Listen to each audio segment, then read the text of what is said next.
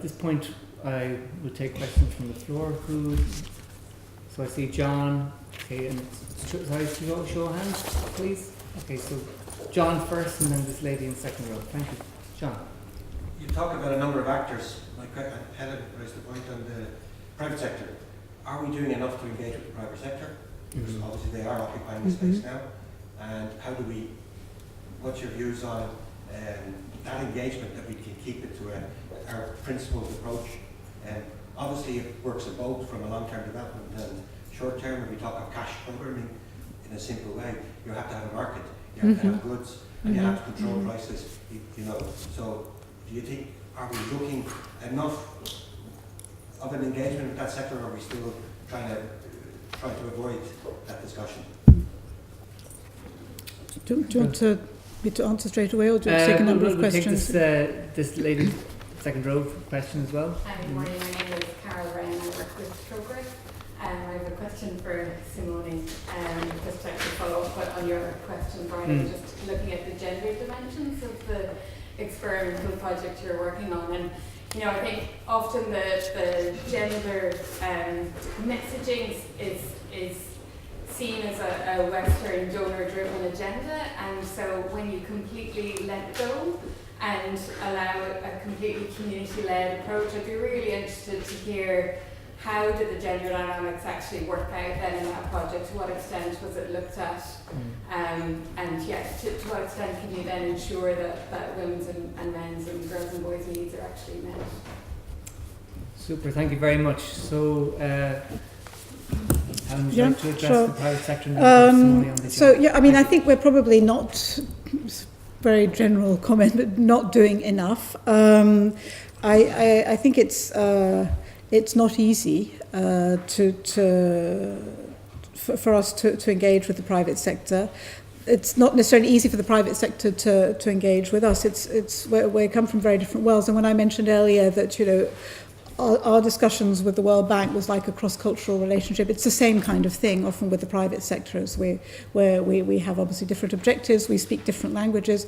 There needs to be more understanding of each other in order to move forward. But I think also so then there's the question, okay, what is it that we can do as not-for-profit organisations working in humanitarian and also the development world? Is we need to look at, okay, what again, come back to the needs. What are the needs that need to be met, and who is best placed in order to meet them?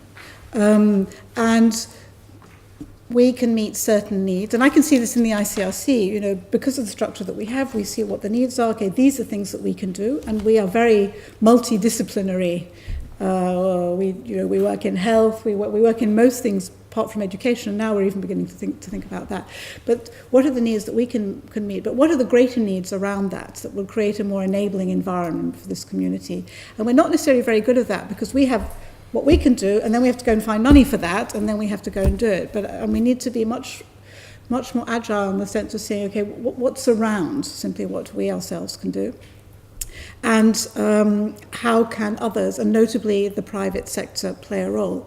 And the private sector, again, they're the small local companies that we will work with locally, and then there are also potentially bigger multinational companies that have capacity in terms of R&D and so on that is extremely useful for us. And what we've found very often is our difficulty to identify exactly how these companies can help us, because they say, okay, what do you need from us?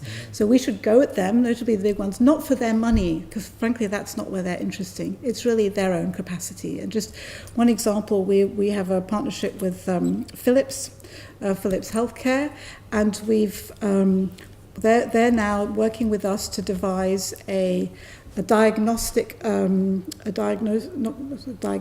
machine for pregnant women in very low income settings that a doctor doesn't have to use, that doesn't have to need to be trained to be used, that local community workers can use, can see if there is an initial problem and then can refer back.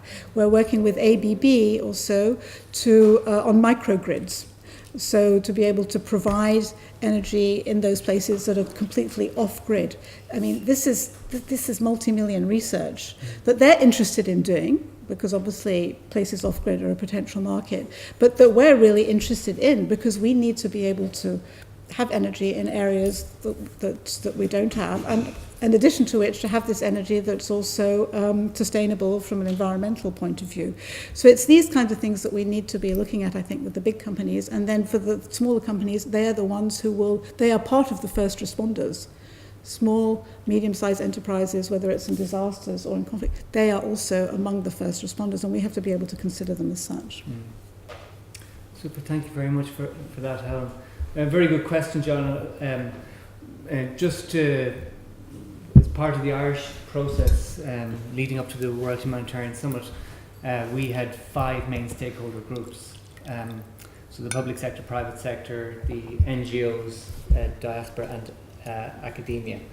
But we made a great effort to reach out to the private sector, and we found exactly that, what you've said, is that the private sector, one of the key things we found was that they wanted to know how to engage. What are your needs? How can we help you to address these needs in development and humanitarian context?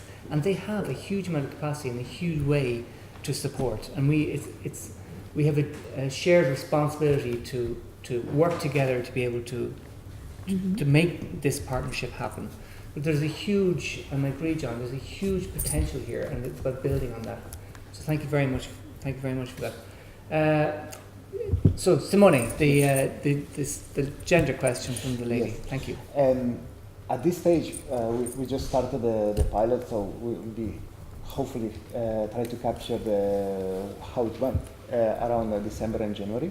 However, one part of the underpinning principle of the whole research and coming from resilience was also to emphasize that a disaster offers an opportunity for transformation. And I think in emergency responses, often we don't take those opportunities as much as we could. And one of the case studies, for example, from ActionAid in Bangladesh, they used, it was a typhoon response. They used it to promote a woman-led response, so where the woman actually conducting physically the response, and after that disaster, the power dynamics between men and women changed drastically. Of course, that was a fantastic case, not always goes that well, but I suppose you need to start with a clear agenda, transformative agenda, and see if the opportunity comes. And as well as I mentioned, as the partners, the local partners, identify their role as mentors. It's their role to keep on pushing a certain type of agenda and trying to bring in different groups, speaking with the volunteers and encouraging a group of women to get together and apply.